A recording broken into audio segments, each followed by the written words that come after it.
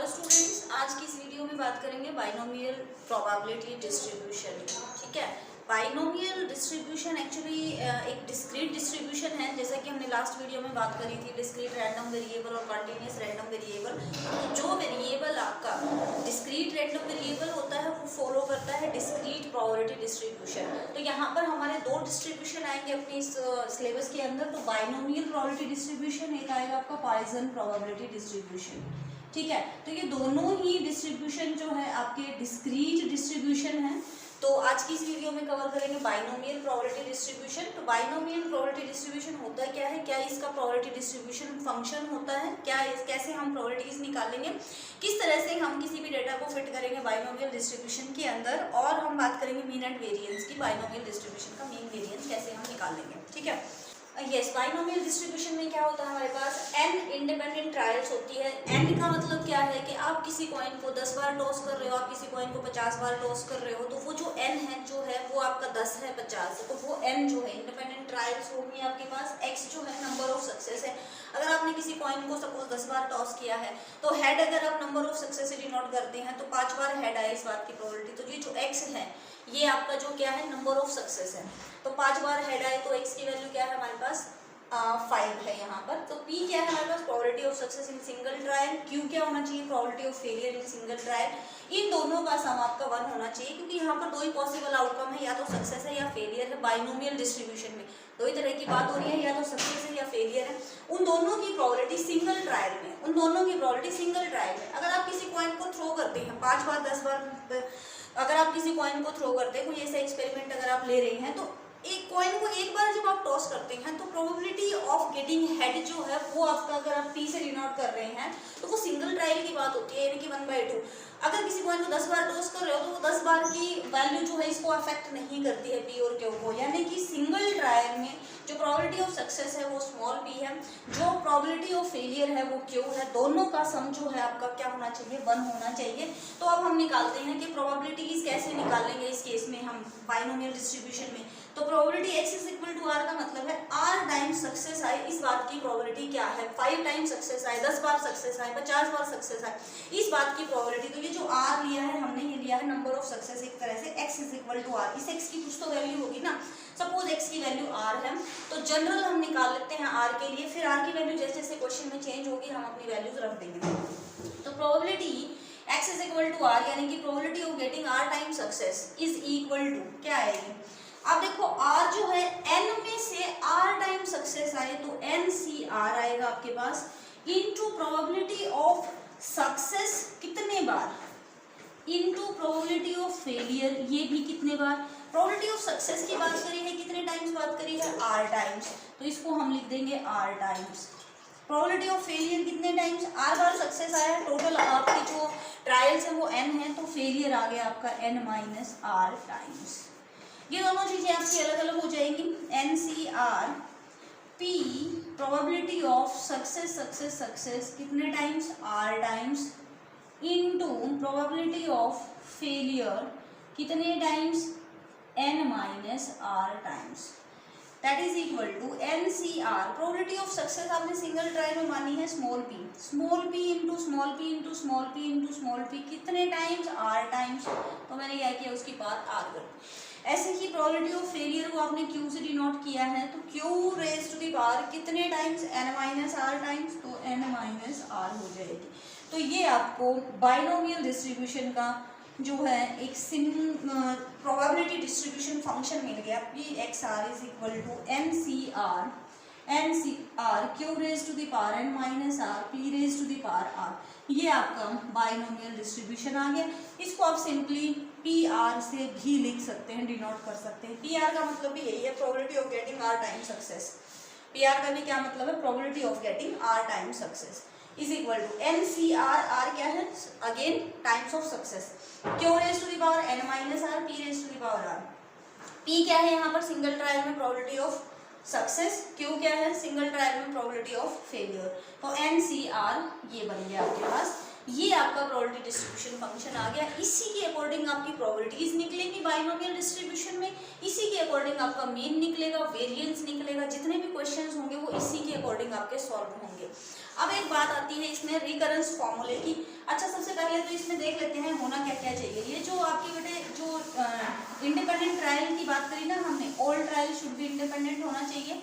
P और Q जो है हर ट्रायल में कांस्टेंट होना चाहिए। ये नहीं आपने किसी कॉइन को जो है पहली बार टॉस किया तो पी और क्यू कुछ और है, दूसरी बार टॉस किया तो पी और क्यू कुछ और ही आ रहे हैं। हर ट्रायल में ये पी और क्यू आपके कांस्टेंट होने चाहिए। ट्रायल शुड बी इंडिपेंडेंट होनी चाहिए सारी की सारी ट्रायल्स। दूसरी बात, जो नंबर ऑफ जो ट्रायल्स हैं वो आपके क्या होने चाहिए, फाइनाइट होना चाहिए। ठीक है, 10 बार 20 बार 50 बार कुछ ऐसे आप किसी एक्सपेरिमेंट को कर सकते हैं, यानी कि फाइनाइट होना चाहिए। It should be finite. All trial should be independent. ठीक है, and each trial have only 2 possible outcomes, इधर सक्सेस और फेलियर। जैसे कि हमने बात भी करी है पूरी इसमें कि या तो सक्सेस या फेलियर, दो ही बातें होनी चाहिए। तो पी और क्यू यानी कि दो ही प्रोबेबिलिटीज आपकी बनेंगी। और क्या होगा, नंबर ऑफ सक्सेस होगा हमारे पास, और इस तरह से आपने उसमें प्रोबेबिलिटीज को निकाल लेना है बाइनोमियल डिस्ट्रीब्यूशन में। अब हमारा आता है इसके अंदर रिकरेंस फॉर्मूला। सबसे पहले छोटी सी कैलकुलेशन है, रिकरेंस फॉर्मूला, स्पेलिंग देख लेना भाई।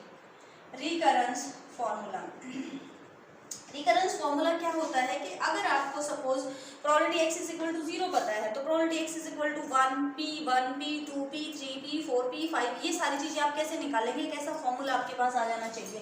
तो हम क्या लिखते हैं, सबसे पहले पी आर लिखते हैं। पी आर क्या है हमारे पास, N C R Q raise to the power N minus R P raise to the power R. ठीक है, अब हम लिखते हैं पी आर प्लस 1। इन दोनों के अंदर हमने रिलेशन निकालना है, ताकि हमें जब पी 0 पता है तो आर को 0 रखते ही पी 1 की वैल्यू हम निकाल पाए। पी 1 पता है तो फिर हम पी 2 निकाल सके, है ना। तो इन दोनों में हमें रिलेशन पता होना चाहिए। तो ये बनेगा आपका N C R plus 1 Q raise to the power N minus R minus 1 P raise to the power R minus 1। हम क्या करते हैं, इन दोनों को डिवाइड कर लेते हैं। P R plus 1 divided by P R. Divide ही क्यों किया हमने, क्योंकि हमें पता है ये जो चीजें हैं फैक्टोरियल में आएंगी, डिवाइड होने की कैंसिल आउट हो जाएगी, इजीली कैलकुलेशन हो सकती है।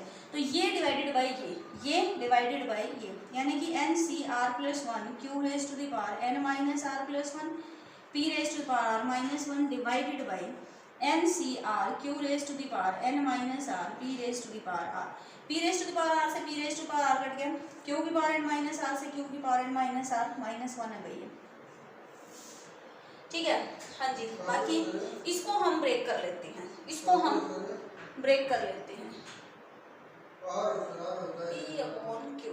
अच्छा, ये P की पावर तो R प्लस 1 है ना, P की पावर R प्लस 1। हाँ जी, NCR हमारा क्या है, ये तो P की पावर 1 है, ठीक है, ऊपर ही रह जाएगा। नीचे Q raise to the power minus 1, तो ये नीचे Q आ गया।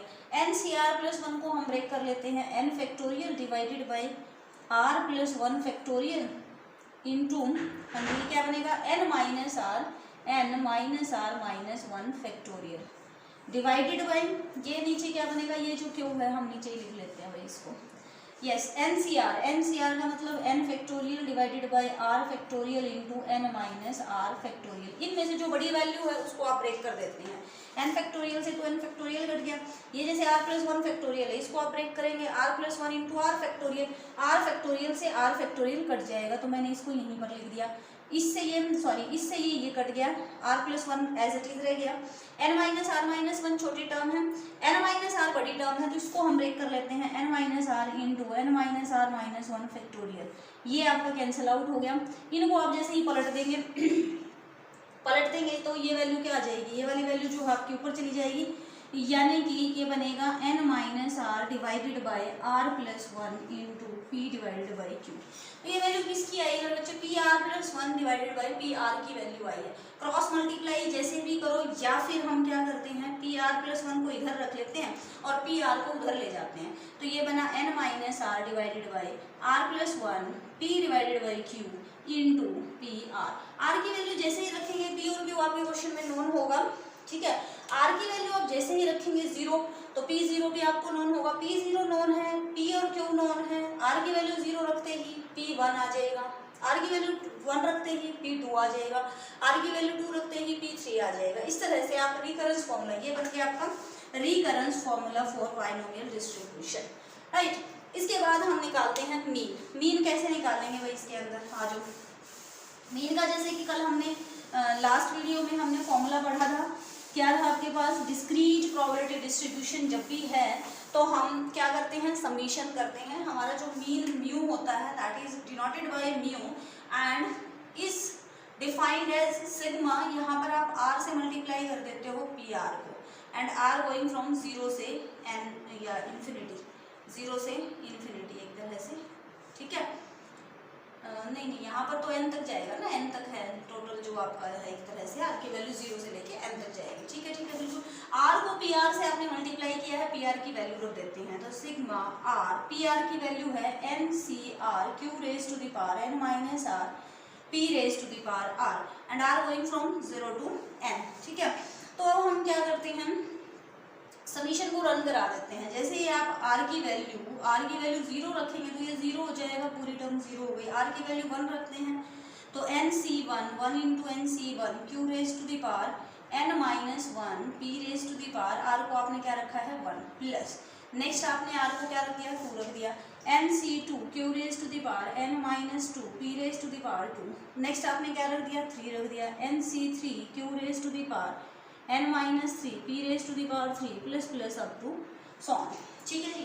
अब आप क्या कर रहे हैं, इस nc1 को, इस nc2 को, इस nc3 को, इनको आप क्या कर रहे हैं, हम ब्रेक कर रहे हैं, यानी कि वैल्यू निकाल रहे हैं इसकी क्या आएगी। तो ये अच्छा, यहाँ पर आपका 2 भी तो आएगा ना, r भी तो है, r की जगह आपने 2 रखा है तो 2 इंटू, यहाँ पर आपने r की जगह 3 रखा है तो 3 इंटू, ये भी आएंगी वैल्यूज। nc1 की वैल्यू होती है मेरे बच्चे n factorial into 1 factorial into n minus 1 factorial into Q raise to the power है n माइनस 1, ठीक है, ये p है प्लस 2 इंटू nc2 की वैल्यू होती है n factorial divided by 2 factorial n minus 2 factorial, ये सारी वैल्यूज आपको पता है। Q raise to the power n minus 2 p raise to the power 2 plus 3 into, हाँ जी, ये क्या बन जाएगा, n factorial divided by n minus 3 factorial into 3 factorial q raise to the power है n minus 3 p raise to the power 3 plus plus up to so on, that is equal to n factorial को आप break करेंगे n into n minus 1 factorial, n into n minus 1 factorial, ये आपका cancel out हो जाएगा। ऐसे ही n factorial को यहाँ से ब्रेक करेंगे n into n minus 1 into n minus 2 factorial, ये आपका ब्रेक हो जाएगा। ऐसे ही यहाँ से n into n minus 1 n minus 2 into n minus 3 factorial वो आपका कैंसिल आउट हो जाएगा। 3 से ये 3 कैंसिल आउट होगा तो 2 बचेगा, 2 से ये 2 बढ़ जाएगा, ठीक है, ये बचेगा आपके पास n p q raise to the power n minus 1 plus, next term 2 से 2 कट चुका है, n p square n into, चलो n माइनस 1 लिखते हैं, p square q raise to the power n minus 2 plus, next आपका जो है यहाँ से बचेगा n into n minus 1 into n minus 2 divided by 2 q raise to the power n minus 3 p q up to so on. ये देखिए np और np ये कॉमन आ रहा है तो take it outside, np को हमने बाहर निकाला, बचा क्या, q raise to the power n minus 1 plus, यहाँ से n बाहर आ गया, यहाँ से एक p की पावर बाहर आ गई, यानी कि n minus 1 q raise to the power n minus 2 plus, अच्छा p भी बचेगी एक पार, एक p को हमने बाहर निकाला है, एक पार बचेगी, प्लस यहाँ से आपका n बाहर आ चुका है, p बाहर आ चुका है, तो बचा क्या, n minus 1 into n minus 2 divided by 2 और q raise to the power n minus 3, p एक बाहर आ चुका है तो p square plus plus up to form, np आपका बाहर आ चुका है। इसको हम क्या करेंगे, अब एक बाइनोमियल की एक्सपेंशन में लिखने की कोशिश करेंगे इसको हम, तो बाइनोमियल की फॉर्म में लिखने की कोशिश करेंगे तो कैसे देखो, इसको हम क्या लिख सकते हैं, ये है आपका np, ठीक है, यहाँ पर पार q की पावर है n माइनस 1 और q की पावर क्या हो रही है, कम होती जा रही है, और लास्ट टर्म क्या आएगी भाई, लास्ट टर्म आपकी आनी थी ncn q raise to the power 0 और p raise to the power n, ठीक है, तो लास्ट में बचेगा, इसकी वैल्यू 1 होती है, p की पावर n आपने बाहर निकाला है तो ये बचेगा आपके पास p raise to the power n minus 1, last term आपकी ये बचेगी, ठीक है, n इंटू पी की पावर n आएगी, ठीक है, तो तो ये p raise to the power n minus 1 बचेगा लास्ट टर्म में। तो ये देखो q की पावर तो आपकी कम होती जा रही है, कि p की पावर आपकी बढ़ रही है। स्टार्टिंग में आपका q की पावर n माइनस 1 है, लास्ट टर्म आपकी p raise to the power n minus 1 है। और देखो अब q की पावर n माइनस 1 है ना, तो इसको आप लिख सकते हो n माइनस 1 c0 लिख सकते हो कि नहीं, यहाँ पर n माइनस 1 c0, चाहे आप कुछ भी लिखो 2 c0 50 c0, उसकी वैल्यू 1 होती है, तो 1 की जगह आप ये लिख सकते हो आसानी से। तो ये क्या बनेगा q raise to the power n minus 1 plus n minus 1 को आप क्या लिख सकते हो, n माइनस 1 c1 लिख सकते हैं, बिल्कुल लिख सकते हैं। 5 c1 की वैल्यू 5 होती है, 10 c1 की वैल्यू 10 होती है, तो 10 को आप लिख सकते हो 10 c1 अगर जरूरत पड़े तो n माइनस 1 को भी हम लिख सकते हैं n माइनस 1 c1। ये बनेगा आपको q raise to the power n minus 2 p as it is plus plus up to so on. Last term में भी आप लिख सकते हो n minus 1 c n minus 1 p raise to the power n minus 1, right. तो ये तो क्या बन गया, बाइनोमियल बन गई। बाइनोमियल के अकॉर्डिंग क्या बन रहा है, ये n p, हाँ जी, q plus p raise to the power n minus 1। ये तो बाइनोमियल ओपन होती है, अगर आप इस बाइनोमियल को ओपन करेंगे तो ये वाली वैल्यूज आएंगी आपकी, that is equal to n p। p plus q तो हमारा 1 होता है, 1 की पावर कुछ भी करेंगे तो 1, तो जो मीन आया ना म्यू, उसकी वैल्यू आई आपके पास n p। जो मीन है बाइनोमियल डिस्ट्रीब्यूशन का वो है n p। अब आप इस फॉर्मूले को याद रख लेंगे, अगर डिराइव करना आएगा तो आपको इस तरह से करना है, find mean and variance of binomial distribution, तो आप इस तरह से निकालेंगे। वेरिएंस की अगर हम बात करें तो वेरिएंस का मैं फॉर्मूला लिखवा देती हूँ, बिल्कुल सेम कैलकुलेशन चलेंगी, एक दो स्टेप्स में आपको बता देती हूँ। देखिए वेरिएंस के लिए हमारे पास क्या फॉर्मूला होता है, variance is denoted by sigma square and is defined as sigma r square p r, ठीक है। पी आर जब आप लिख रहे हैं तो कैपिटल P लिखेंगे, और p x is equal to r लिख रहे हैं तो वो जो P आएगा वो स्मॉल आएगा, माइनस म्यू स्क्वायर। कल ही हमने बात करी थी वेरिएंस जो आपका निकलता है इस वाले फॉर्मूले से निकलता है, दैट इज इक्वल टू। अब देखो इसको जब आप समीशन रन कराओगे पी आर की वैल्यू रखोगे तो बात बनेगी नहीं, तो हम क्या करते हैं यहाँ पर, ये आर स्क्वायर है ना, इसमें से मैं माइनस आर कर देती हूँ और प्लस आर कर देती हूँ। ये सिग्मा आपका आगे है ही, पी आर मल्टीप्लाइड है ही, माइनस म्यू स्क्वायर चलता रहेगा, that is equal to r के साथ पी आर आएगा, उसको अलग कर दिया आर पी आर, ठीक है, प्लस इसके साथ पी आर आएगा, आर इंटू आर माइनस 1 लिख सकते हो, इसमें से आर कॉमन निकालने के बाद, इंटू में आपका पी आर जो है इसके साथ भी मल्टीप्लाई होगा, और जो पी आर है इन दोनों के साथ भी मल्टीप्लाई होगा। इन दोनों में से आर को कॉमन निकाला, r into r minus 1 P r, minus में क्या पड़ा है, ये म्यू स्क्वायर चलता रहेगा। ये दो समीशन बन गई है, तो आपको पता ही है ये तो म्यू है, इसकी वैल्यू तो हमने अभी निकाली है, आर पी आर की वैल्यू म्यू है, ठीक है। प्लस यहाँ पर अब आप समीशन रन करा देंगे, समीशन है R R minus 1, P R की वैल्यू रख लो, N C R Q raise to the power N minus R P raise to the power R minus mu square. तो ये समीशन आप यहाँ पर आर की वैल्यू रन करा देंगे। आर की वैल्यू कहाँ से कहाँ तक जाएगी, अब 2 से n तक जाएगी। क्यों, क्योंकि आर की वैल्यू 0 रखोगे तो इसके कारण ये पूरा 0 हो जाएगा, आर की वैल्यू 1 रखोगे तो इसके कारण ये पूरा का पूरा 0 हो जाएगा। तो आर की वैल्यू 2 से रख दो, 2 से रखोगे जैसे ही उसमें से कॉमन निकालोगे वैसे ही बिल्कुल सेम स्टेप्स के अकॉर्डिंग जो वेरिएंस सिग्मा स्क्वायर है ये आपका आ जाएगा एन पी क्यू, ठीक है। वेरिएंस जो सिग्मा स्क्वायर है वो आपका आ जाएगा एन पी क्यू। तो अब आप याद रखेंगे जो बाइनोमियल डिस्ट्रीब्यूशन है उसके अंदर मीन की वैल्यू होती है n p and variance sigma square is equal to NPQ and standard deviation is equal to which is under the root variance means under root NPQ। ये होता है। अब आप ये ध्यान रखेंगे बाइनोमियल डिस्ट्रीब्यूशन में, ठीक है।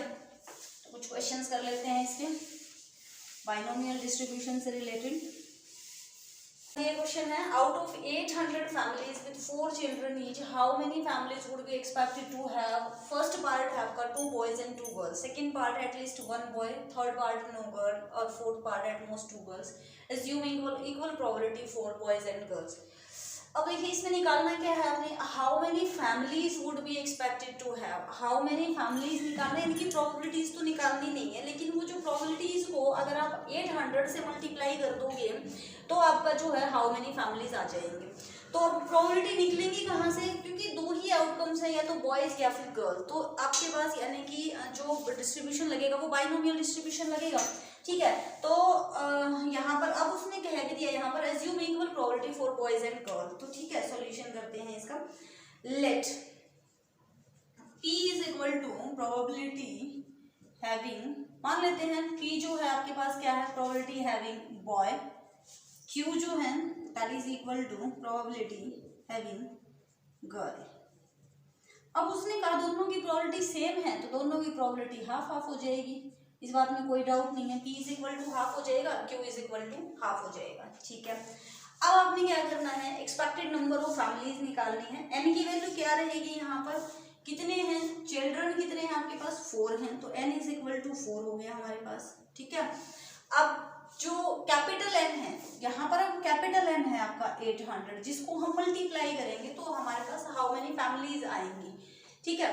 तो जो बाइनोमियल डिस्ट्रीब्यूशन बनेगा बच्चे, तो बाइनोमियल डिस्ट्रीब्यूशन को ना हम यहाँ पर अगर मैं बात करूँ, बाइनोमियल डिस्ट्रीब्यूशन को आप ऐसे भी लिखते हैं कि binomial distribution is n into q plus p raise to the power n, ऐसे भी लिखते हैं हम अपने बाइनोमियल डिस्ट्रीब्यूशन को।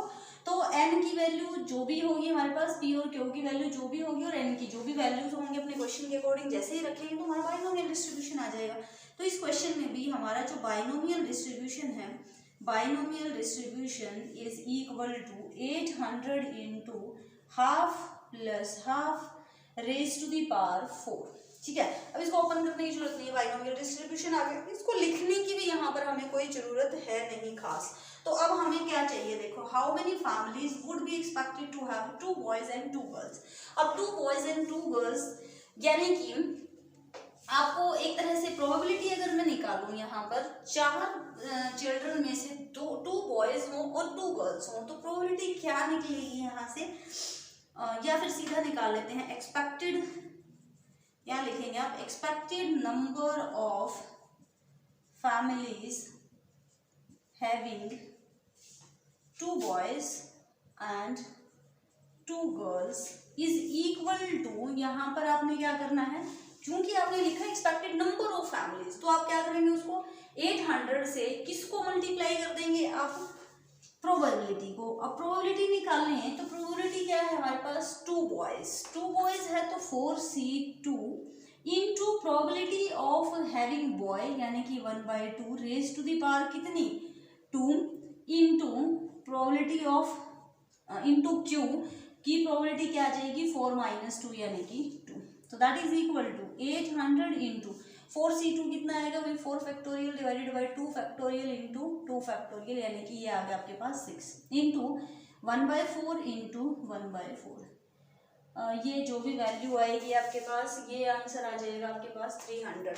तो 300 फैमिलीज ऐसी हैं जिनके पास 2 बॉयज एंड 2 गर्ल्स हैं। Next, at least 1 boy, expected number of families, expected number of families having at least 1 boy, at least 1 boy, at least कम से कम एक बॉय तो हो, यानी कि 1 boy plus 2 boy plus 3 boy plus 4 boy, ये वाले cases आपके ऐड हो जाएंगे। एटलीस्ट 1 बॉय यानी कि 800 से तो मल्टीप्लाई करना ही है, 4c1 plus 4c2 plus 4c3 plus 4c4, 4c1 में क्या आएगा 1/2 raise to the power 1 into 1/2 raise to the power 3, 1/2 raise to the power 2 into 1/2 raise to the power 2, 1/2 raise to the power 3 into 1/2 raise to the power 1, again 1/2 raise to the power 4। तो सब में ही क्योंकि P और Q यहाँ पर equal है तो सब में ही पावर जो 4 हो रही है 4 बन रही है 4 बन रही है, मिलके पावर 4 बन जाएगी। 800 से जैसे ही आप इसको मल्टीप्लाई करेंगे तो ये आपका आंसर आ जाएगा, आंसर आएगा 750।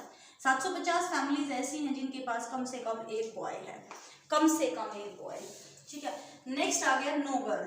नो गर्ल मतलब 4 बॉयज। 4 बॉयज की प्रोबेबिलिटी क्या बन जाएगी, थर्ड पार्ट, प्रोबेबिलिटी प्रोबेबिलिटी तो हम निकाल नहीं रहे, हम तो एक्सपेक्टेड नंबर ऑफ फैमिलीज निकाल रहे हैं। Expected number of family having no girl, no girl मतलब 4 बॉयज। हम क्या कर रहे हैं, बॉयज को पकड़ के चल रहे हैं। पी हमने क्या माना था, हैविंग बॉय की प्रोबेबिलिटी मानी थी हमने पी, तो उस बॉय को लेके चलो, कितने बॉय, तो 4C1 4C2 4C3 4C4। अब 4 बॉय, नो गर्ल मतलब 4 बॉय, 4 बॉय मतलब 4C4, और यहाँ पर आपका 800, क्योंकि देखो प्रोबेबिलिटी जब आपको निकालनी है तो इधर इधर वाली जो भी निकालोगे आप प्रोबेबिलिटी आएगी, लेकिन क्योंकि आपने एक्सपेक्टेड नंबर ऑफ फैमिली, तो जो टोटल नंबर ऑफ फैमिली है उसको जैसे ही आप मल्टीप्लाई करेंगे प्रोबेबिलिटी से तो एक्सपेक्टेड नंबर ऑफ फैमिली आ जाएगा। तो 4C4 half raise to the power 4, इसका आंसर आ जाएगा 800 डिवाइडेड बाय 1 अपॉन में कितना 16, 16 पंजे 80, 50 फैमिलीज।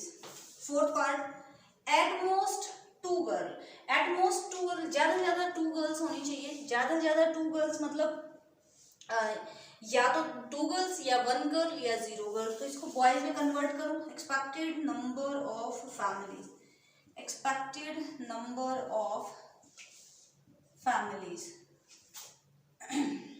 एट मोस्ट 2 गर्ल्स यानी कि एट लीस्ट 2 बॉयज। बात वही है, एट मोस्ट 2 गर्ल्स का मतलब 2 गर्ल 1 गर्ल या फिर 0 गर्ल। 0 गर्ल का मतलब 4 बॉय, 1 गर्ल का मतलब 3 बॉय, 2 गर्ल का मतलब 2 बॉय, तो एटलीस्ट कम से कम 2 बॉय होने चाहिए। यानी कि 800 को मल्टीप्लाई करेंगे, 3 केसेस बन गए, 2 बॉय 4C2, 3 बॉय 4C3 और 4 बॉय 4C4। इसके साथ भी 1/2 की पावर 4 बन जाती है, जैसा कि हमने हर केस में देखा है। पावर इस केस में यहाँ पर 1/4 बन रही है। तो ये इसको आप जैसे ही निकालेंगे आपका आंसर आ जाएगा, और आंसर कितना आएगा यहाँ पर 550। तो 550 फैमिलीज ऐसी हैं जिनके पास क्या है, एटमोस्ट 2 गर्ल्स हैं। तो इस तरह से आप बाइनोमियल डिस्ट्रीब्यूशन लेवल के क्वेश्चन को इजीली निकाल सकते हैं। एक और क्वेश्चन उठाते हैं जो कि बहुत बार आता है एग्जाम में, fit the binomial distribution for the following data. ये क्वेश्चन है भाई, fit the binomial distribution to the following data. इसका मतलब आपको क्या है, एक तो n की वैल्यू आपको चाहिए, एक p की। बाइनोमियल डिस्ट्रीब्यूशन को फिट करने के लिए आपको कैपिटल N चाहिए, p चाहिए, q चाहिए और स्मॉल n चाहिए। ये तीनों वैल्यू, चारों वैल्यूज आपको चाहिए। अगर ये मिल गई तो आपका बाइनोमियल डिस्ट्रीब्यूशन निकल जाएगा। तो आपको क्योंकि पता है किसी भी बाइनोमियल डिस्ट्रीब्यूशन के लिए जो मीन होता है वो NP होता है, और ऐसा कोई डेटा अगर हमें गिवन है तो हम उसका मीन इजीली निकाल सकते हैं। कैसे निकाल सकते हैं, हमें पता है जो मीन है ना mu, that is equal to sigma fx divided by sigma f, और ये जो सिग्मा f होता है ये कैपिटल N होता है, तो ये तो कैपिटल N आपका यहाँ से आ जाएगा। इसकी तो वैल्यू है 150, ठीक है। तो ऐसा कोई भी डाटा है, x और f गिवन है, तो आप मीन कैसे निकालते हो, sigma fx divided by sigma f, यानी कि fx निकाल लो। इसको मल्टीप्लाई किया 0, इसको किया 62, 10 को 3 से किया तो 30 और 4 दूनी 8, इनका जो सम आएगा वो है आपके पास 192। तो जो मीन NP है that is equal to sigma fx यानी कि 192 डिवाइडेड बाय सिग्मा f यानी कि 150। तो जो NP की वैल्यू आई मेरे बच्चे वो आई आपके पास 1.28, 1.28, ठीक है। इसकी वैल्यू आ गई आपके पास ये। n की वैल्यू क्या है यहाँ पर, n is equal to, n की वैल्यू क्या है यहाँ पर, देखो n की वैल्यू 0 1 2 3 4, तो 4 ये जहां तक जाए गई ये वैल्यू, ये आपका n है, तो n इज इक्वल टू 4, तो 4 into p is equal to 1.28, तो p की वैल्यू आ गई 1.28 डिवाइडेड बाय 4 यानी कि 0.4 12 4 दूनी 8, 0.32 आया आपका p। Now q is equal to 0.8 आएगा ये यहाँ पर, और 9 में से 3 जाएगा तो 6, 68, 0.68 आपका q आ गया, p आ गया, n आ गया, कैपिटल N आ गया। तो binomial distribution is capital N यानी कि 150 इंटू p, q होता है पहले तो 0.68 प्लस p दैट इज 0.32 और होल पावर n कितना है आपके पास 4 है, तो ये आपके पास आ गया क्या 4। तो ये आपका बाइनोमियल डिस्ट्रीब्यूशन आ गया इस डेटा के अकॉर्डिंग। तो सबसे पहला काम है आप मीन निकालो, मीन को NP के इक्वल रख दो। n की वैल्यू यहाँ से आपको x से दिख जाती है, x की वैल्यू अगर 4 तक गई हुई है तो n आपका 4 है, ठीक है। तो n की वैल्यू 4 हो गई, p निकल गया, p निकलती है आपका q, q कहाँ से निकलता है 1 माइनस p, तो q कैसे निकाला है हमने, q is equal to 1 minus p, q की वैल्यू आ गई 1 माइनस p, कैपिटल N आ गया आपका सिग्मा f, और ऐसे ही म्यू की वैल्यू जो ये निकल गया आपका कैपिटल N, p, q और n, तो ये बाइनोमियल डिस्ट्रीब्यूशन आ गया आपके पास। ये बाइनोमियल डिस्ट्रीब्यूशन, बाइनोमियल का मीन ये होता है, वेरिएंस ये होता है, स्टैंडर्ड डेविएशन ये होता है, तो इस तरह से आप क्वेश्चंस को कर देंगे, ठीक है।